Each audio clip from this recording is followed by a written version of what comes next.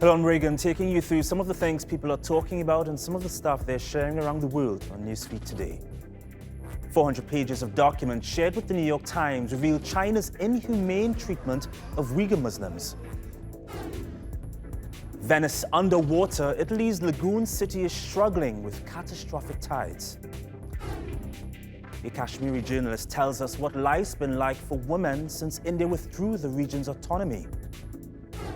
And 2 Harvard students topped the school's government election, but how they did it is blowing up the internet.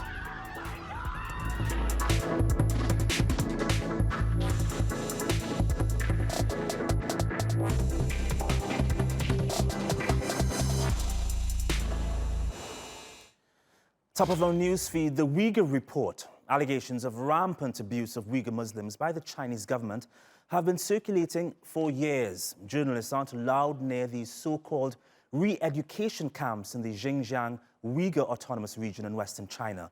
An international criticism of human rights abuses has been rejected by President Xi Jinping's administration. But the New York Times says now it's got proof of the cruel, bigoted treatment of Muslims and ethnic minorities. Hundreds of leaked Chinese documents expose how China organized the mass detention of the Uighur minority. The New York Times obtained 403 pages of internal government documents detailing how Chinese President Xi Jinping urged security forces to show absolutely no mercy to minorities. The contents of the documents include Xi Jinping's internal speeches by other officials, directives and reports on surveillance and control of Uyghurs, and internal investigations into local officials. They also entail instructions on how to handle minority students who return home and find out their parents are missing.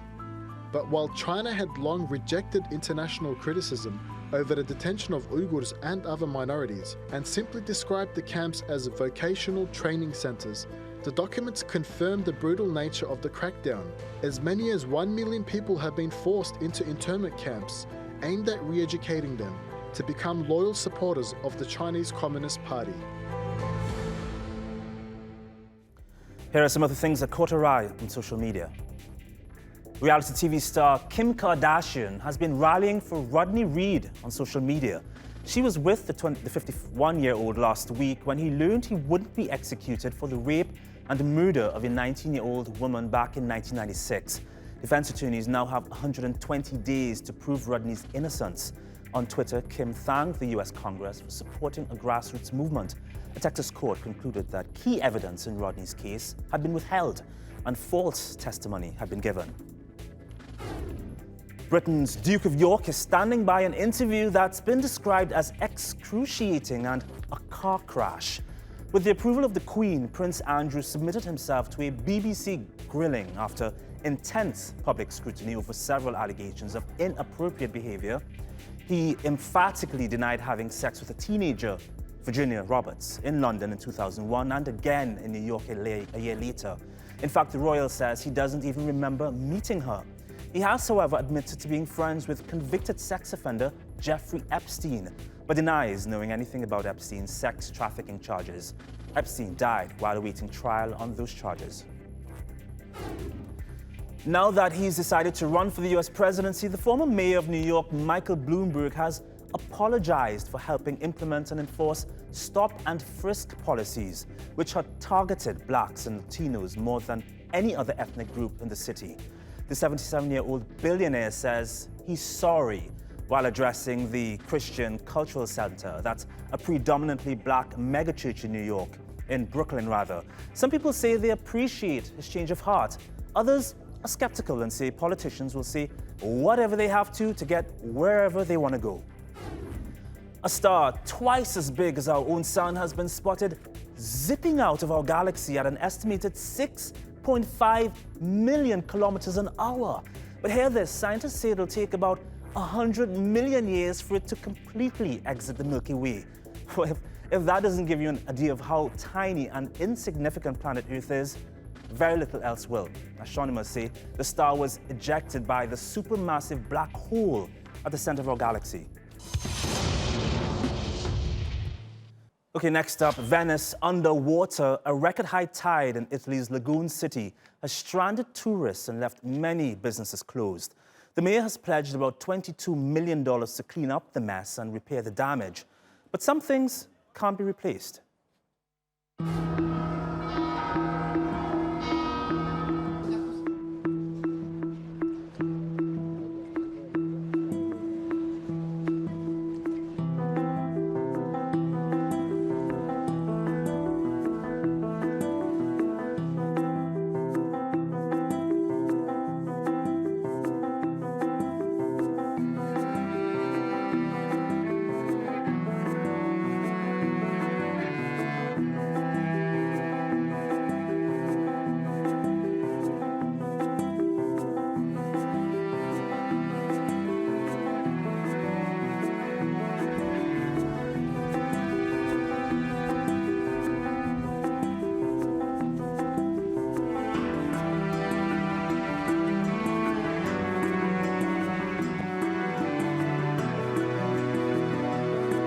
Everything is not show, because a lot of tourists is like a water park, but Venice is not a water park, okay? It's the real city, and the real citizens are going to work and to live again.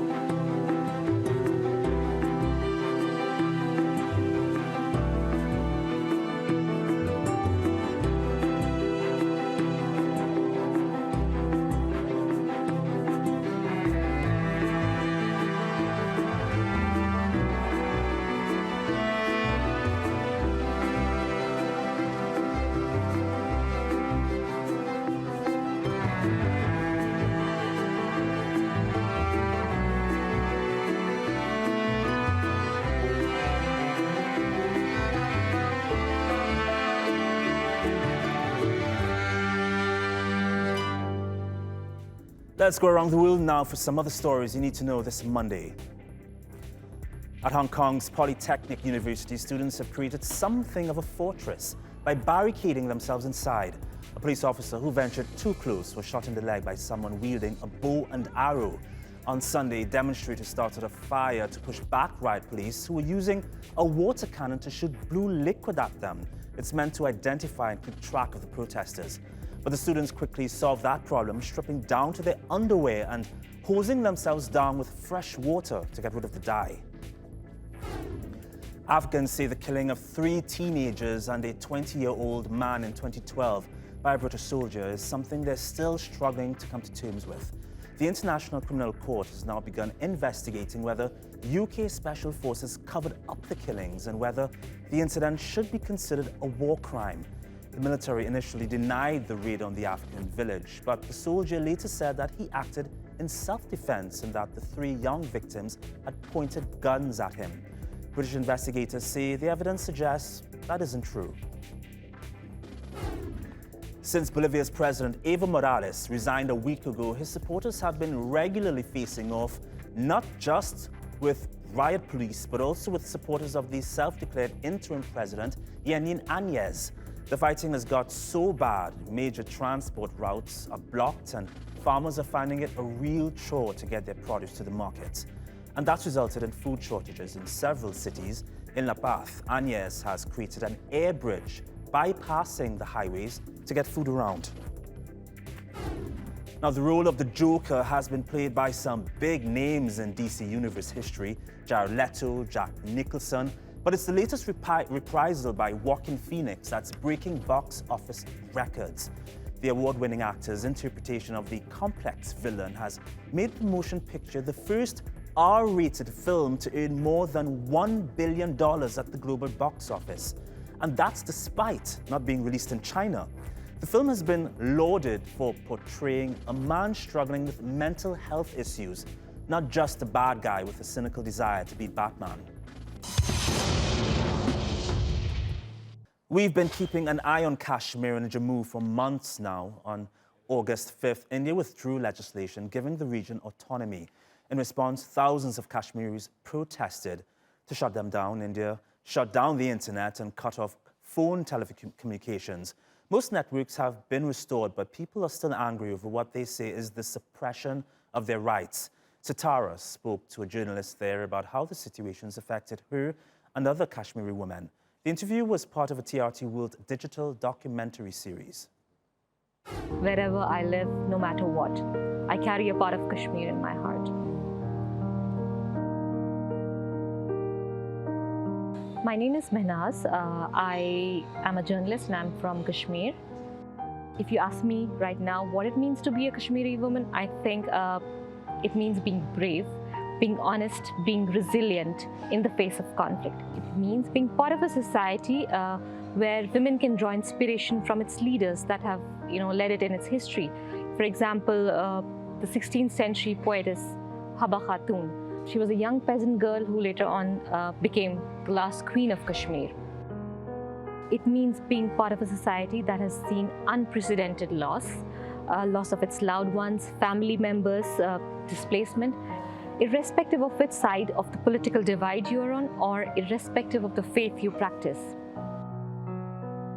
I mean, we have been living through this conflict for decades now, so I think that we have somehow gotten more strong. We have emerged out stronger after all these years. We are kind of used to it now. We know how to survive. We know how to survive, I would say. I think it's the family bonds, it's the encouragement of your family members, it's the strength of the people around you that help you cope through all these, highs and lows. For me, it means just carrying on and keeping your head high. So whenever we hear about Kashmir, it's just the conflict that you get to know about. But Kashmiris are much more than that conflict, I would say. What motivated me to become a journalist was to bring to the fore the stories of peace, love, and harmony from inside of Kashmir. Stories that, stories that never make it to the front pages, those stories, they need to be told. If there was one thing that I would change or I could change about Kashmir, it would be letting people live their lives, letting people live the life they want to live, whichever way, however they want to live it. Let them be free, free from fears, free from obstacles. Just let them breathe in free air. Yes, I'm a mother. And as a mother, what I see for my kids is going back to their home, being able to live with their family members, running like wild horses in the meadows of Kashmir, and just breathe the air they are in. My message to 10-year-old Mehnaz would be the same that you were back then, full of life, full of energy, full of confidence, being truthful, being honest, and most of all, being brave. My message to Kashmiri women would be, you are all amazing. Hats off to your resilience, hats off to your courage, and keep shining and keep your head high always. You all rock. And finally now to a video that, let me tell you now, is blowing up the internet. I'm happy to congratulate. That is the moment Ifeoma White-Thorpe and James Matthew found out they'd won the presidency and vice presidency of the Harvard undergraduate student government election. Big deal. But it was another video the two had posted prior that's gone viral. Ife and James enlisted the support of their peers to create an election bid packed with dance moves, rapping, and even a saxophone solo. It was meant to be shared on campus, but millions of people saw it, including Senators Cory Booker and Kamala Harris. You want your voice to be heard, every word they got you. You know who's gonna bring. Well, that's it for the Newsfeed team today. Reach out to us with your questions, comments, complaints, and suggestions at TRT World. You'll find us round the clock on YouTube. Make sure you subscribe to our channel. And you can, if you like, follow me at Twitter at Drive and Instagram at Regan_Explores. Follow, subscribe, and add. Until next time, bye.